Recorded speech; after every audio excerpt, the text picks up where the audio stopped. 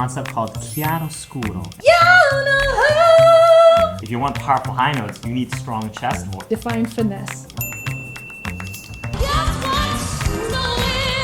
Ariana Grande was already a powerhouse singer way before Wicked. But how did the movie change her voice and even make her a better singer? Well, let's find out in this episode of The Playful Voice. Hey, singers! Welcome back to another episode of The Playful Voice. I'm Lira. And I'm Megan. We're two vocal coaches with two different specialties. So, some of you may or may not know, but Ariana Grande had to take voice lessons to prepare for Wicked. You know, we both had to train a lot for different parts of these roles, and my vocal training for me was a train to sing operatically.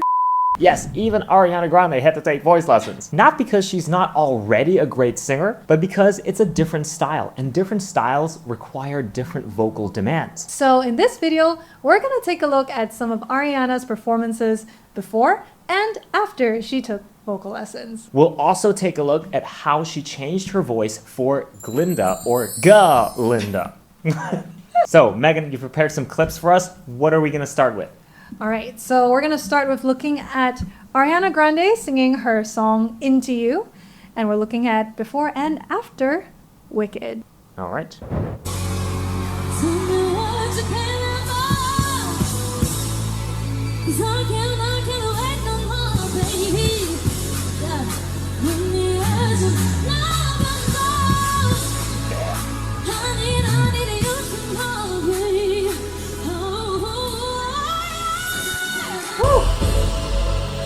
Damn.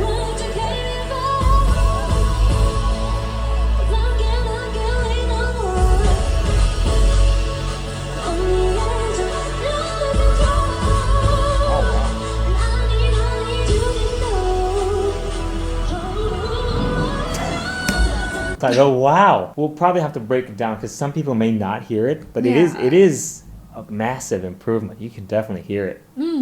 What are you picking out? I think the most obvious change that I hear is that her larynx position is a lot more neutral. Okay, now some of you might go like, okay, what the heck does that mean? But okay, we have this thing here called the larynx. Some of you may know it as the Adam's apple. Here it is. Mine's very prominent, right? Mine not so prominent. Yeah, the lady.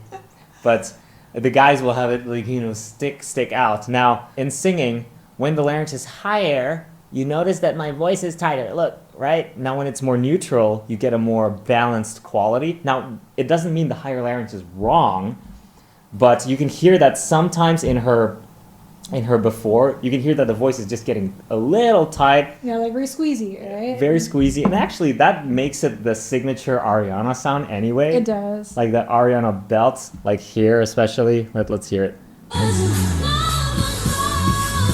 Yeah. So it's a very bright quality, but in the after she's gone over the whole voice training thing, you can hear that her notes are just, her voice is just slightly darker. There are more dark overtones. And I think visually, actually, you can also see her stage presence is very different. Like she looks way more confident in the after Wicked clip than she does in the first one. It's not that she's not already more confident, but like you can tell even her poise, like the way that she goes along with the music. At least visually, I see that she is much more owning the stage. Yeah, in the after Wicked Nice clip. Do you want to like watch it? I think we should demonstrate to them what a high larynx versus neutral larynx sounds like. Now I always have a male voice, so it doesn't it really. Do you want to try one of the notes here? Sure, sure. Why not, right? Okay, so let's try. Let's put Megan to the test now.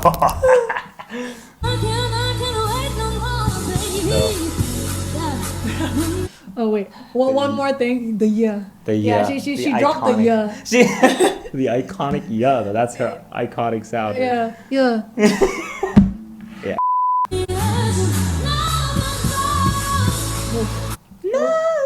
Wait, what are even the words? See, oh, that's another thing. Yeah, that's actually another thing though. Her pronunciation is much better after Wicked. Like her diction, all that's much better after than before. She was kind of swallowing a lot of her words previously, but also it was kind of on brand for that era of Ariana. It doesn't need that diction that we'll get to see in Wicked later. Okay, so I think it's this part. Yeah. I'm on the edge with no control. So what? Yeah, what? Nice. I summoned the lightning. You summoned lightning. She summoned lightning with her voice. Wow. Oh, the Glendale hair flip. No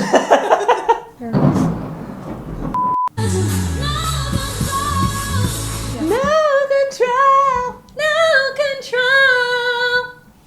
How would you do in the neutral larynx? No control.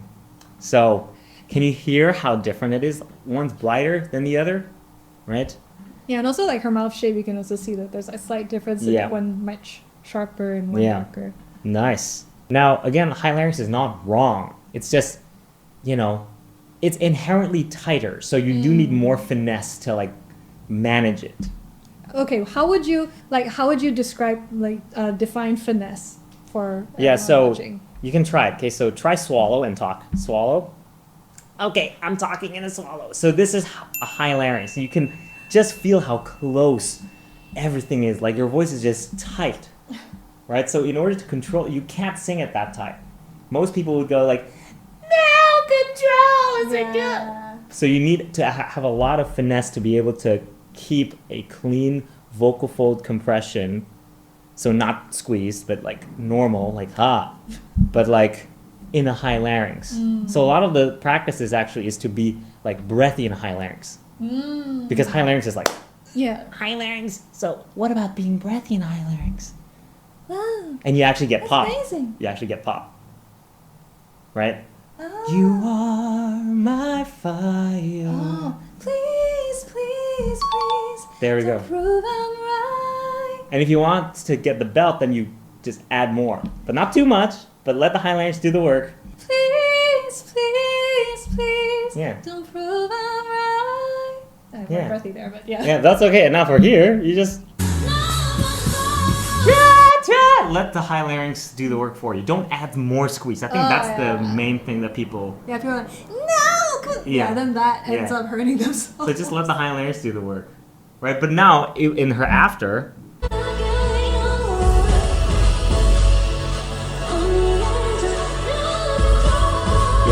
It's more like no, no. Not now. Not now. Right? No control. Yeah, and I think actually, because in theater, you're not belting this way, especially in Wicked. It's not like a pop belt sound that you're getting. It's more like classical, theatrical. So that's actually, maybe that's why she went for a no rather than nah, because she's been trained that way. Yeah. Nice. And it actually might feel better too, by the way. Like it just feels more efficient to be in a more neutral. It just feels so much more relaxed. And like, oh look, you're here all the time. Oh my gosh. You might feel like you're just at the limit of hurting yourself. Yeah, exactly. What else do we have? Okay, so the next one that we have is her performance from, if I'm not mistaken, The Voice season 21, where she went there as a judge. Oh. Yeah, and this was filmed in 2021, whereas she started her voice lessons about 6 months before the audition. That happened in August 2021. Oh. Yeah, so she started in February, and this is about, my math, 4 months in. Oh, 4 months in. 4 months Okay. into her.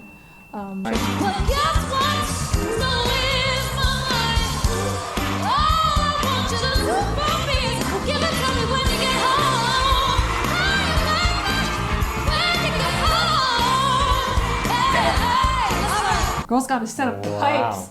Wow. So in singing, we have this concept called chiaroscuro. And this is a more classical concept, but it applies to pop, like pretty much directly. So chiaro means bright, and oscuro means dark. And in classical singing, you want to have both. You want to have bright, and you want to have dark, So you get both bright and dark. Of course, in pop music, we tend to lean towards bright a bit, but, and this is just my preference, okay? Even though you're bright, you want to still have some dark. You can't be bright in everything, and you're gonna sound like that. Yeah. Look at the great singers, right? Like Whitney, like Mariah Carey, like Celine Dion. You hear both qualities, like bright, dark qualities and bright qualities. Yeah, and of course in classical you have the emphasis on both being like bright and dark at the same time. But in pop,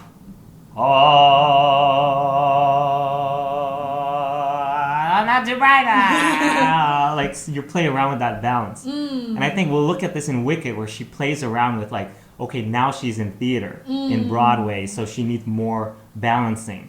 Then right now she's pretty bright.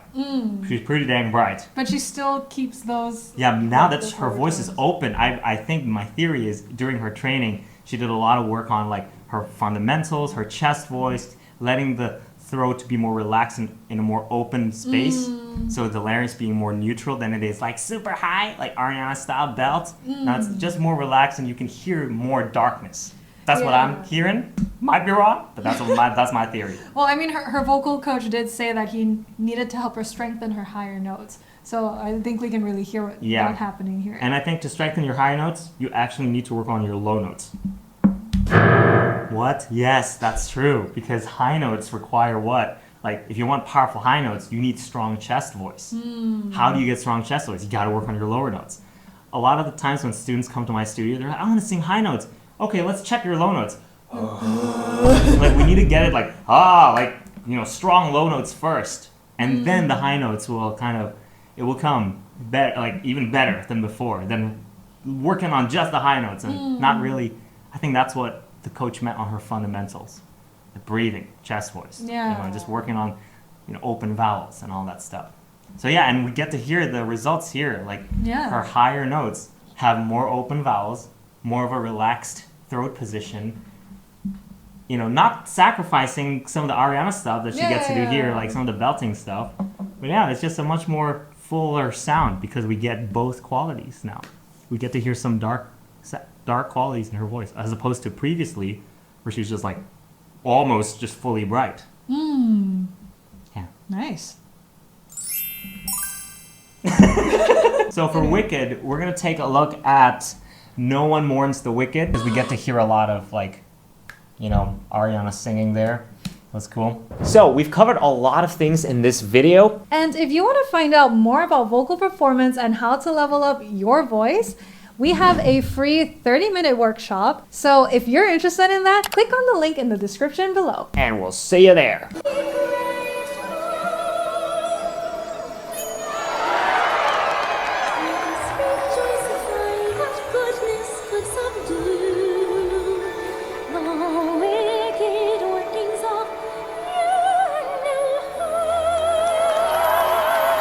Yeah, so even there, we can already hear that, now she sounds more classical, right? Because of how round the vowels are, and the larynx is much more neutral, even slightly low. So, can you try it? Okay, how would you sing this? How would Ariana sing this? Not Ariana in the musical theater. Okay. How would Ariana Grande in her pop singing sound like? Okay, Do you know who? What you know? Oh.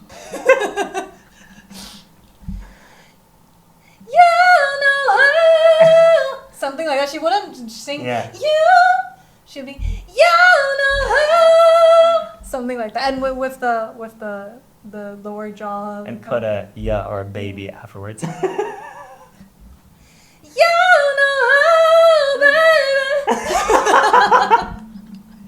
Yeah. Nice.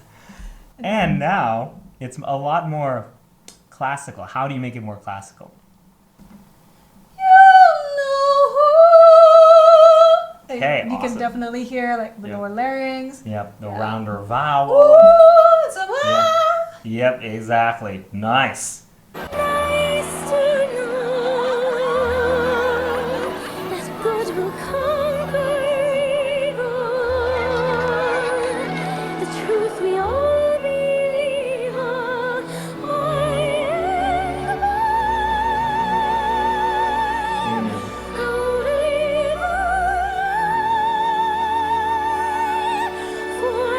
Yeah. See, so that's where my classical elitist background. Well, time to not to diss, but this is just objectively what's going on, and you know what's funny is that you can actually see her jaw. You can see the jaw protruding, which actually I think it's what's causing a bit of like tightness in the vowel. It's not, I wish I heard more of an open lie. I'll give her the grace because she's not classically trained. Like these guys would go up like decade to train for that. And so what I'm hearing is just a little tightness in the jaw. The vowels are just a bit closed. And so I don't hear a ring, like a ring in the high note. I hear the high note being a little closed. Yeah. For comparison, let's hear Kristen Chenoweth's version.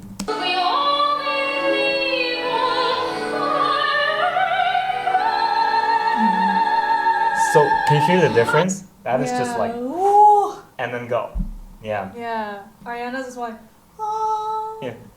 Yeah. Rather than oh. Yeah. Yeah. Yeah. And I think my theory is it's partly thanks to jaw tension and also just not enough time because, yeah, like, it's also must be under a lot of pressure to like, oh, we were shooting on this date. Yeah. And they're like, oh my gosh, I wish I had more time to like, improve that classical technique. Because it is not a very natural way of singing.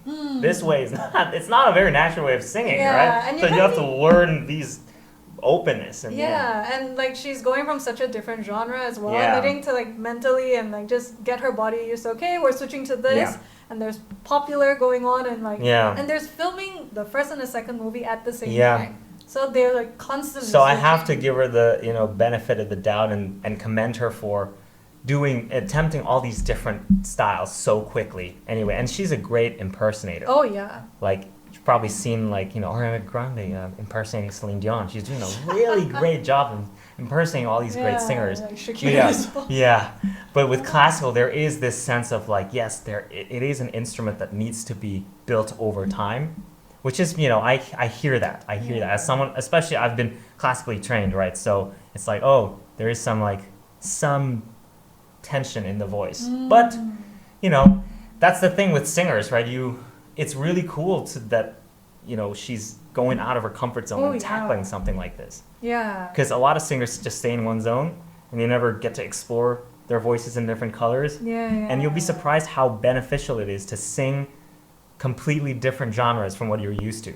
So my rock singers benefit greatly learning classical. And the classical singers benefit greatly from learning how to sing a pop, like a pop belt song. Once you sing a different style, let's say you're a rock singer singing a classical Italian aria, you might take a lot of new skills that you will then bring over to your original style and make it even better. So like, the rock singer could take a few things about breath support and bring it over to the rock singing. Yeah. The rock singing will be so much better. And we can hear that in her pop singing. Just because she's done all those low larynx stuff, like it's now so her pop transferable. her pop singing is so much better because she's done all the low larynx theater work. Yeah. Yeah, she might not have to be a pro classical singer by any means, but because she's done the work, now her pop belts are so much better. Yeah. And I think it's like Stop doing it. it's kind of like I think like what we mentioned in our little free workshop actually, where like the more techniques you get to learn, then your color palette actually that increases, and you can like get all sorts of different colors in your voice, different tones. You can really use them to paint all sorts of different pictures. Yeah. Like, more rock styles, more classical, blend it all together. Yep, great stuff. She just keeps getting better. Yeah, she just keeps getting better. I'm excited where she'll go in 20 years. Oh, she'll be in 20 years.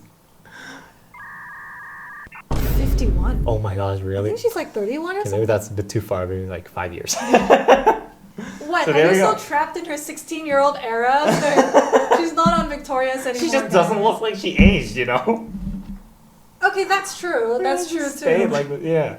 So there we go. I think we learned a lot today, like yeah. how important it is to, learn crossing. There you have it, folks. That is, it's great to hear all this improvements, and if Ariana Grande can improve her voice, I mean, Yeah, I mean, can too. we could hear, right? Even in just 4 months, Yeah. her voice changed so much already. Yeah. So yeah. You do. So that's it for this video. If you'd like us to take a look at other singers or other performances, let us know in the comments below, and also let us know if you picked out anything else. That's it for this video, Keep on singing. and we'll see you in the next one.